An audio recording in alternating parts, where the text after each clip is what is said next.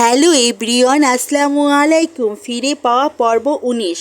গত পর্বে মন্টু হঠাৎ পরিবর্তনে রাজ্জাকের মনে সন্দেহ জাগে। এখন আগে লেটস গেট স্টার্টেড। একদিকে রাজ্জাক ও মন্টুর মধ্যে দূরত্ব বাড়তে থাকে, অপরদিকে স্বপ্না ও আজান একে অপরে আরও কাছে আসতে থাকে।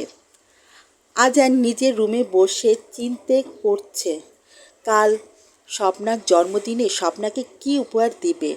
অনেক ভেবে চিনতে আজান ঠিক করলো স্বপ্নাকে একটা শাড়ি উপহার দিবে, কারণ স্বপ্নাকে শাড়িতে অনেক সুন্দর লাগে। তাই আজান স্বপ্নার জন্য একটা নীল শাড়ি আর লাল গোলাপের তোড়া নিয়ে আসলো। আর অপেক্ষা করতে লাগলো কখন 12টা বাজবে আর ও স্বপ্নাকে জন্মদিনের শুভেচ্ছা জানাবে। এদিকে স্বপ্নাও আজানের জন্য কিছু উপহার কিনতে চাইছে, কারণ প্রতিবার স্বপ্নার জন্মদিনে আজান স্বপ্নাকে অনেক উপহার দেয়। আর এবারে জন্মদিনটা তো ওদের জন্য স্পেশাল, কারণ এতদিন তো ওরা বন্ধু ছিল আর এখন তো ওরা লাভার। তাই স্বপ্না ওর জমানো টাকা দিয়ে আজানের জন্য একটা আকাশি কালার পাঞ্জাবি কিনে আনলো। অপরদিকে মন্টু মিয়া রুমে বসে বসে ভাবছে, কাল আজান ও স্বপ্নার এঙ্গেজমেন্ট। রাজীব যদি জানতে পারে আমি আমার ছেলে এঙ্গেজমেন্টে ওকে দাওয়াত দেইনি, তাহলে রাজীব আমার উপরে রাগ করতে পারে। কারণ এতদিনে রাজীব আমার খুব ভালো বন্ধু হয়ে গেছে, আমি কিছুতেই রাজীবকে রাগাতে পারবো না। এটা ভেবে মন্টু তাড়াতাড়ি রাজীবের বাসায় চলে গেল। মন্টু রাজীবের বাড়ি দেখে অবাক হয়ে গেল। বাড়ি তো নয়, যেন তা রাজমহল। মন্টু মনে মনে ভাবল, আমার কবে এমন একটা বাড়ি হবে।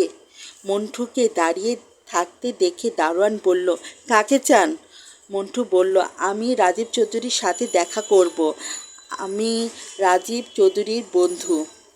আপনি গিয়ে বলেন মন্টু মিয়া ওনার সাথে দেখা করতে এসেছে। দারোয়ান বলল, আপনি এখানে দাঁড়ান, আমি স্যারের সাথে কথা বলে আসছি। দারোয়ান রাজীব চৌধুরীকে মন্টুর কথা বলতেই রাজীব মন্টুকে ভেতর নিয়ে আসতে বলল।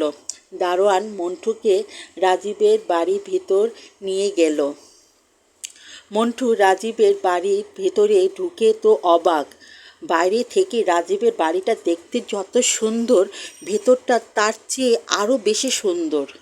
এত দামি দামি জিনিসপত্র, এত দামি ফার্নিচার মন্টু এর আগে কখনো দেখেনি। এমন সময় রাজীব এসে বলল, কি সৌভাগ্য আমার বন্ধু, তুমি আমার গরিবখানায়। মন্টু বলল, বন্ধু লজ্জা দিও না, তোমার এই রাজমহল এসে আমি নিজেকে ধন্য মনে করছি। রাজীব মন্টুকে অনেক দামি দামি খাবার খেতে দিল, অনেক ভালোভাবে আপ্যায়ন করলো। মন্টু বলল, বন্ধু আমি তোমার কাছে একটা অনুরোধ নিয়ে এসেছি। রাজীব বলল, কি অনুরোধ বলো? মন্টু বলল, বন্ধু কাল আমার ছেলে এঙ্গেজমেন্ট, আমি তোমাকে দাওয়াত দিতে এসেছি। মন্টু বলল, কিন্তু তোমার মতো এত বড়লোক মানুষ কি আমার মতো গরিবের দাওয়াত কি কবুল করবে? রাজীব বলল, বন্ধু তুমি এটা কি বলছো? তুমি দাওয়াত দিচ্ছ আর আমি কবুল করব না, এটা কি হতে পারে?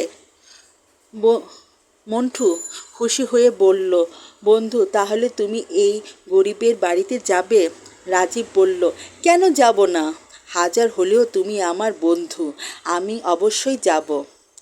এমন সময় সুন্দরী smart short dress high heel পরা একটি মেয়ে এসে রাজীবকে বলল, বাবা আমি শপিং করতে যাব। রাজীব বলল, মামুনি তুমি তো একটু আগেই এসেছো আর এখনই বাইরে যাবে? একটু বিশ্রাম নাও তারপর যাও। রাজীব মন্টুর দিকে তাকিয়ে বলল, বন্ধু তোমাকে তো আমার মেয়ের সাথে পরিচয় করিয়ে দেওয়া হয়নি। এই হলো আমার সবচেয়ে আদরের মেয়ে কেয়া। আমার যত ধন সম্পত্তি দেখছো এই সব আমার মেয়ের কেয়ার। কেয়া হলো আমার একমাত্র আদরের সন্তান। আমার বিদেশে সব ব্যবসা বাণিজ্য আমার মেয়েই দেখাশোনা করে। আসো তোমার সাথে আমার মেয়েকে পরিচয় করিয়ে দেই। রাজীব বলল, কেয়া মামুনি, এটা তোমার মন্টু আঙ্কেল। আর মন্টু হচ্ছে আমার খুব ভালো বন্ধু। কেয়া মন্টুর দিকে তাকিয়ে বিরক্তি একটি ভাব নিয়ে হ্যালো বলে সেখান থেকে চলে গেল। মন্টু মনে মনে ভাবল, কী রকম মেরে বাবা, কী রকম পোশাক পরেছে, বড়দের সম্মান করে না, আর কি বেয়াদব। রাজীব মন্টুর কাঁধে হাত রেখে বলল, কি ব্যাপার বন্ধু, কি ভাবছো?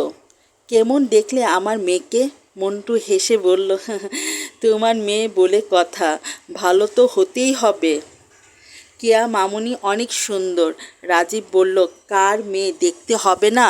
আজ আমার গল্প আমি এখানে শেষ করছি। যদি আপনাদের কাছে আমার গল্প ভালো লাগে তাহলে লাইক, কমেন্ট, শেয়ার ও সাবস্ক্রাইব করবেন। অবশ্যই অল বেল বাটনে ক্লিক করবেন যাতে আমার ভিডিও সবার আগে আপনাদের কাছে পৌঁছে যায়। আর ভিডিও ভালো লাগলে কমেন্টের মাধ্যমে আমাকে জানাবেন। ঠিক আছে? আসসালামু আলাইকুম, বাই বাই, টাটা।